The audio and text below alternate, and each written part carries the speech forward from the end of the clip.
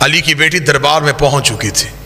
یہ دربار صرف سپاہیوں میں نہیں سی، غیر ملکی سفیر، دوسرے ملکوں کے وفود لوگ دربار میں بیٹھے ہوئے تھے. دربار سجا ہوا تھا. ان وفود میں، ان غیر ملکی سفیروں میں عیسائی بھی تھے، یہودی بھی تھے، مجوسی بھی تھے. انہوں نے پوچھا یزید یہ کون ہے؟ اس نے کہا محمد کی بیٹی. اس نے کہا تو نے کیا کیا؟ اس نے کہا میں نے نبی کے بیٹے کو قتل کیا. انہوں نے کہا کیوں قتل کیا؟ اس نے کہا اس لیے کہ حسین میرے اختیار کو نہیں مانتا تھا. میں بالکل عین تاریخ پڑھ رہا ہوں. حسین میرے اختیار کو نہیں مانتا تھا. اگر حسین میرے اختیار کو مان لیتا میں کبھی بھی حسین کو قتل نہ کرتا. حسین نے میرا اختیار نہیں مانا، اسے چاہیے تھا وہ میری بیعت کر لیتا. اس نے اختیار کو نہیں مانا، میں نے قتل کروا دیا.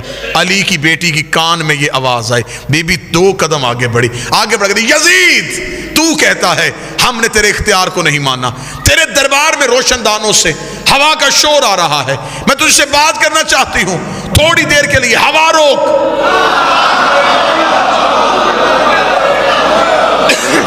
جب بی بی نے کہا تھوڑی دیر کے لیے ہوا روک، یزید دیکھ کہتا علی کی بیٹی میں ہوا کیسے روکوں؟ بی بی دیکھتی کہاں ہے تیرا اختیار؟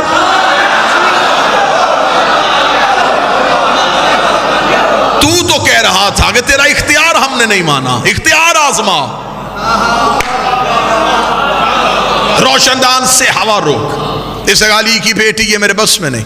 بیوی نے کہا تیرے دربار میں سپاہی گھوڑوں پہ بیٹھے، گھوڑے سم اٹھا کے زمین پہ مار رہے ہیں، سموں کا شور آ رہا ہے، تھوڑی دیر کے لیے سم روک. اس علی کی بیٹی میرے بس میں نہیں.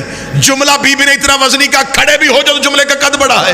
بی بی دیکھا دی تیرے جانور بھی تیرے اختیار میں نہیں، تو انسانوں پہ اختیار کی بات کر رہا ہے، تیرے تو گھوڑے تیرے اختیار میں نہیں. یہ کہنے کے بعد بی بی کا تیرے دربار میں اونٹ کھڑے، اونٹ گردنوں کو ہلا رہے ہیں، گلے میں گھنٹیاں ہل رہی ہیں، گھنٹیوں کا شور آ رہا ہے. تھوڑی دیر کے لیے اونٹوں کی گردنیں روک. اب غیر ملکی سفیر سن رہے تھے، پورا دربار سن رہا تھا، اور اکیلی علی کی بیٹی بول رہی تھی.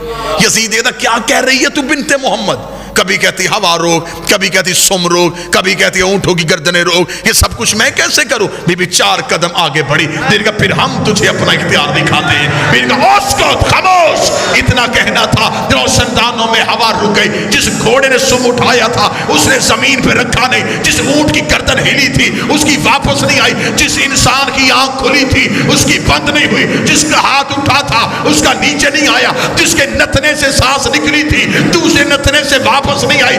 انسانوں کے دلوں کی دھڑکنیں ان کے کانوں میں سنائی دینی شروع ہوئی. جب پورا دربار پتھر کا ہو گیا، علی کی بیٹی چلتی ہوئی یزید کے تخت کے سامنے آئی. بی بی نے ہاتھ کا اشارہ کیا، یزید کی ناپاک روح اس کے بدن میں واپس آئی.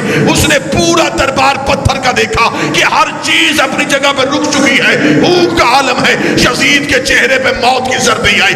اس نے تخت پہ بیٹھ کر علی کی بیٹی مجھے معاف کر دے، علی کی بیٹی مجھے موت نہ دینا، علی کی بیٹی مجھے معاف کر دے. بی بی 2 قدم آگے بڑھی. بی بی نے کہا اب بتا کہتی تو ہے یا ہم ہے؟